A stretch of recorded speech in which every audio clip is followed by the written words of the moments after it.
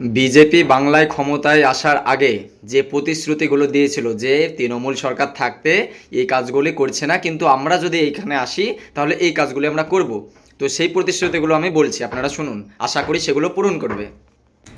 তারা লক্ষ্মীর ভাণ্ডারের নাম বদল করে নাম রাখবে অন্নপূর্ণা ভাণ্ডার, এবং মাসে 1500 টাকার জায়গায় তারা বলেছে 3000 টাকা দেবে, এবং দরকার হলে 3000 টাকার বেশিও দেবে, কিন্তু কম দেবে না।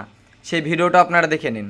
আপনাদের আমরা কথা দিচ্ছি, এপ্রিল মাসে বিজেপি সরকার এলে মে মাসের ক্যাবিনেটে আমরা আপনাদেরকে 1 জুনের আগে 3000 টাকা করে আপনাদেরকে ঢুকাবো। এটা মিনিমাম, এটা আমাদের সংকল্পপত্র কমিটি সামগ্রিক বিষয় থেকে বাড়াতে পারে, কমবে না। শুভেন্দু অধিকারীজি বলেছেন যে আমরা যদি এপ্রিল মাসে ভোট হয়ে ক্ষমতায় আসি তাহলে মে অথবা জুন মাস থেকেই শুরু হয়ে যাবে অন্নপূর্ণা ভাতা, মাসে 3000 টাকা করে। তার বেশি দেবে তো, কম দেবে না। আশা করি সেই ভাতাটা দেবে, এবং আরও কী কী দেবে সেগুলো আপনাদেরকে বলছি। দেখুন, বেকার ভাতা যেটা যুবসাথী ছিল 1500 টাকা করে দিচ্ছিল, সেই বেকার ভাতাটা দেবে বিজেপি সরকার আসলে 3000 টাকা অবশ্যই দেবে, এখন বিজেপি সরকার এসে গেছে। তারপর দিয়ে বলেছে প্রধানমন্ত্রী আবাস যোজনায় প্রত্যেকের জন্য 3 লাখ টাকা করে বাড়ি, সেটাও দেবে। গর্ভবতী মহিলাদের জন্য আর্থিক সাহায্য দেবে 21,000 টাকা।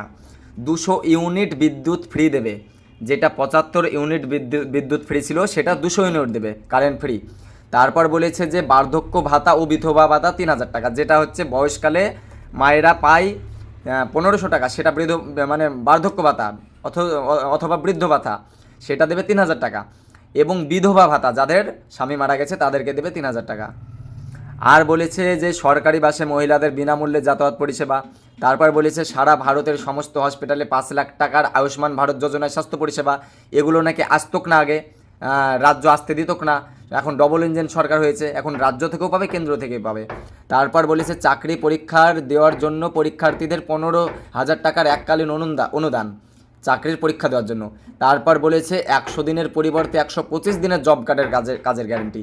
100 দিনের যেটা কাজ ছিল সেটা তো হতো কি না, কেন্দ্র থেকে আসতে দিত না মমতা ব্যানার্জি, তারা খেয়ে নিত টাকা, সেই জন্য বন্ধ করে দিয়েছিল কেন্দ্র থেকে। সেটা এখন 125 দিনের জব কার্ডের কাজের গ্যারান্টি দেবে।